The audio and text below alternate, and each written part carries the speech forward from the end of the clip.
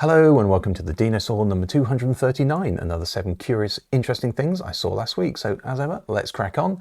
First one is Geospy, and this allows you to look up locations using fragments of images. Now in this case, obviously it's a fragment from a static image behind somebody's head, but it will allow you to find out where they're at. Now this is only for qualified government and enterprise organizations, as they say, but if that's you, then you can start looking up where people are. Now, if you've got ChatGPT or the like, which everybody has these days, it will do this as well. So if you upload an image from your holiday, for instance, and say, where is this? It will probably give you a fairly good example of where that is, which is kind of interesting. So be careful what you put on the internet. More running robots. In this case, this is Tesla rocking up to the party, as well as Figure, who are one of the competitors as well. This is the Figure robot here, which actually looks pretty cool. So this is the Tesla one. It's now looking like it doesn't need the toilet, although it looks like it's running for the toilet. But this one here, this is the Figure robot. It can run at 6.5 miles per hour. And that means that if you run a 5K, maybe you do that on a park run in the UK, if you can't run 28 minutes and 37 seconds, this thing will catch up with you. Obviously, this is the future, so the future favors the fast. In news, very exciting news from Emerging Contaminants Journal, and yes, I do read that, so possibly you don't have to.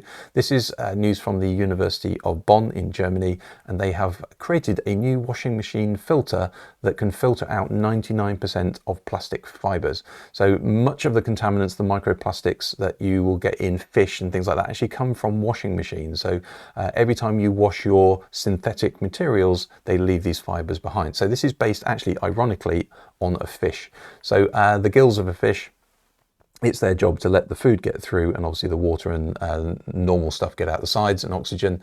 So that's exactly how this filter works. This is a cross section, so the water goes in on the left hand side, goes down this little filter thing in the middle, and then goes off at that diagonal angle. All of the water just carries straight on. So there you go. Technology mimicking nature once again. So that's very exciting.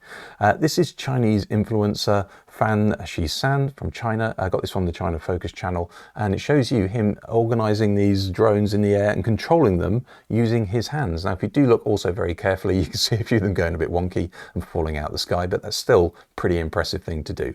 Now, in reality, these are very light drones and they're all being controlled, but I kind of like the way they've got their all direction and all that sort of stuff. He's also made a surf-on, like, huge drone as well. So he's really into this sort of stuff. Obviously, it's a bit of a trope in Chinese movies, so he's having a go at that, which I think is awesome. Hopefully you think that's awesome too. Do watch the video, there's a few falling out the sky.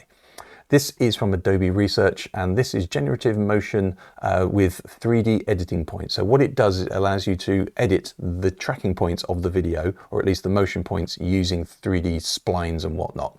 So what that really means is, for instance, the people skateboarding, it will map those people and you can then move where they go. You can even remove them. In this case, for instance, you've got a hand drawing something. You can even then change where the hand goes, and it will then generate what is needed from where the hand now is. So it's using generative AI to also do this, or mainly to do this, obviously. If you want, for instance, a ball kicking towards there, you want to think, I want it to do a super awesome travel, then it'll do that as well. But it'll also generate what you don't do. So if you want a dog, you want to go, right, I want to lift that dog up, you can lift the dog up, but it also figures out what to do with its legs and the splashes of the water and that sort of thing. So that's pretty interesting, where you can just pretty much pick up anything or rotate anything. In this case, you go, I just want to rotate that person. You can rotate that person. It's not perfect, a little bit glitchy, but that's a pretty cool way of editing video. This is a new type of haptic display, and it's one of the developments of this field. There's quite a lot of these already, but this uses laser light to make the haptic pixels essentially bulge. So what you're seeing here is somebody actually using it to show it can actually animate and do things, but this is how it actually works. This is a close-up here, and these are little pixels that if you shine a laser at them, it warms them up and it then makes them expand. It expands under your finger. Obviously you can touch it, and therefore you can feel what is on the display. So I think that's really, really interesting. So yes, it's going to be useful for people who want to feel things on displays. Maybe you are partially sighted, it might be able to guide you around, but also imagine this in your mobile phone. That's pretty cool like that. And finally, we have Amedeo Capelli from Stoccafiso Design, and he does a bunch of cool things. He's got an Instagram shop, or got a shop, for instance, Etsy, etc. And this is a really cool device. So it types out essentially fake courtesy messages. So I hope this email finds you well. We've all probably received a bunch of these on LinkedIn, for instance. So, and I love the way it actually slightly flops up the word hope occasionally, which I think is also super awesome. So love this machine. Obviously, it's a bit of a poke at automated nonsense. And as I say down here, who knows? This is probably how AI works in the background. But there you go. Hopefully that was interesting. Hopefully it was useful. Hopefully you subscribed, and I'll see you next week.